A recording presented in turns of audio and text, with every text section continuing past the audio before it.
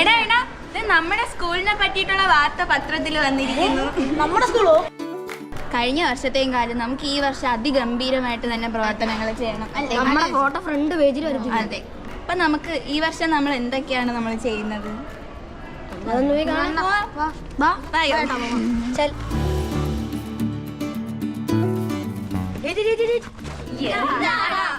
ഒരു പ്ലാനില്ലാതെ ആദ്യം എങ്ങോട്ടാ നമ്മൾ പോകുന്നേ? മാപ്പിനെ വിളിക്കണം. എങ്ങോട്ടാ പോകുന്നേ? വരൂ കൂട്ടുകാരെ, ഒന്നിച്ച് നമുക്ക് പോകാം. ഒന്നിച്ച് നമ്മൾ പോയാൽ ജമന്തി തോട്ടത്തിലെത്താം. നമ്മളെങ്ങോട്ടാ പോകുന്നേ? ജമന്തി തോട്ടത്തിലേക്ക്.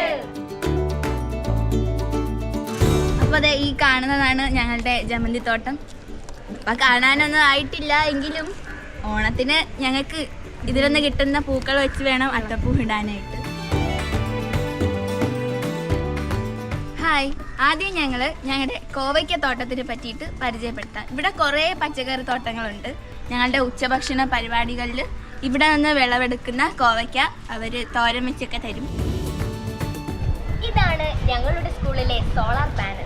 KSCBയുടെ സഹകരണത്തോടു കൂടിയാണ് ഞങ്ങൾ ഇതിവിടെ സ്ഥാപിച്ചിരിക്കുന്നത്. ഇവിടെ 15 സോളാർ പാനലുകളാണ് ഉള്ളത്. ഞങ്ങളുടെ സ്കൂളിന് ആവശ്യമായ വൈദ്യുതി ലഭിക്കുന്നത് ഇവിടെ നിന്നാണ്. എല്ലാ സ്കൂളുകാർക്കും ഇതൊരു മാതൃകയാവട്ടെ. ഇതാണ് നമ്മുടെ സ്കൂളിലെ ഭൂഗർഭജല സംഭരണം. നമ്മുടെ സ്കൂളിലേത് മാത്രമല്ല, ഈ പ്രദേശത്തുള്ള എല്ലാ ജലവും മഴക്കാലത്ത് ഒഴുകി വരുന്നത് ഈ സംഭരണിയിലോട്ടാണ്. അതിനാൽ ഞങ്ങൾക്ക് വെള്ളത്തിനും മറ്റു ആവശ്യങ്ങൾക്കും കൃഷിക്കും ഒരു വിധത്തിലുള്ള വെള്ളത്തിന്റെ ക്ഷാമമില്ല.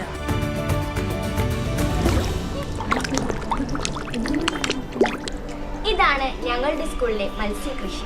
മറ്റ് പ്രവർത്തനങ്ങളോടൊപ്പം തന്നെ ഞങ്ങൾ മത്സ്യകൃഷിയും ചെയ്യാറുണ്ട്.